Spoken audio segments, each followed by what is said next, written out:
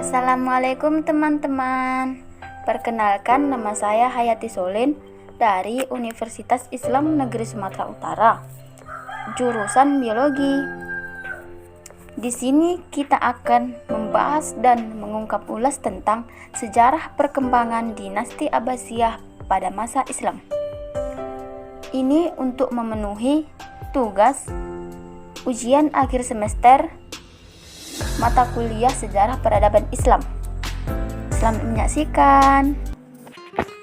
Baiklah, kita akan membahas dan mengulas secara rinci tentang sejarah perkembangan dinasti Abbasiyah pada masa Islam.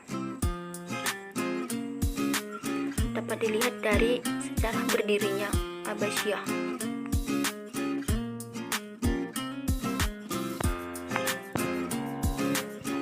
Bagaimana sejarah berdirinya dinasti Abbasiyah? Dinasti Abbasiyah berdiri setelah menaklukkan dinasti Umayyah.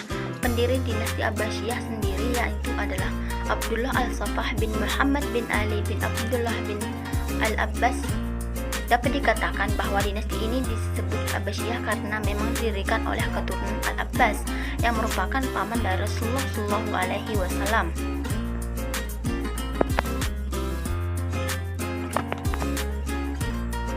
Kepemimpinan dinasti Abbasiyah dapat dilihat dari kekuasaan Bani Abbasiyah berlangsung selama 5 abad sejak tahun 750 sampai 1258 Masehi, melanjutkan kekuasaan Bani Umayyah setelah meruntuhkan dinasti Umayyah dengan cara membunuh Marwan sebagai khalifahnya. Pada tahun 750 Masehi, Abu al-Abbas mendeklarasikan dirinya sebagai khalifah pertama dinasti Abbasiyah.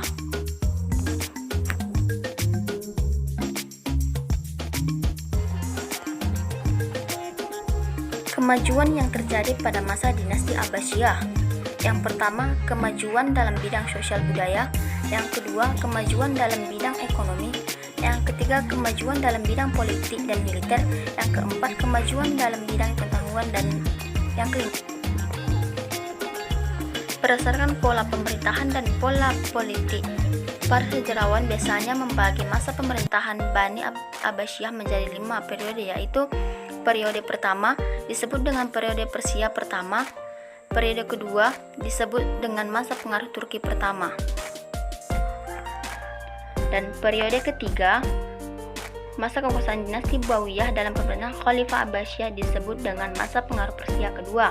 Periode keempat merupakan masa dinasti Bani Saljuk dalam pemerintahan Khalifah Abbasiyah disebut dengan masa pengaruh Turki kedua.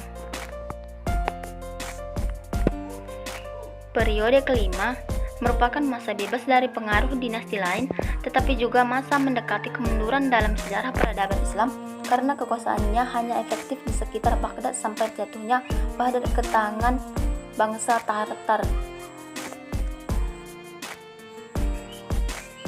Kemunduran dinasti Abbasiyah. Kemunduran dinasti Abbasiyah ada 2 faktor. Yang pertama, faktor internal.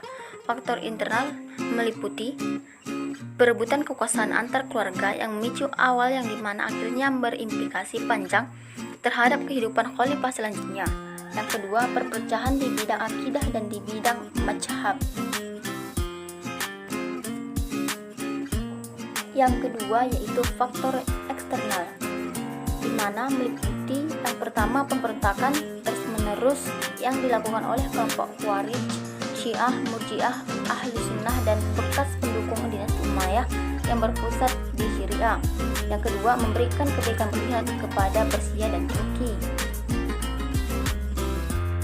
Baiklah, cukup sekian yang dapat saya paparkan tentang sejarah perkembangan dinasti Abbasiyah. Lebih dan kurangnya saya mohon maaf. Wabillahi taufiq wal hidayah. Wassalamualaikum warahmatullahi wabarakatuh.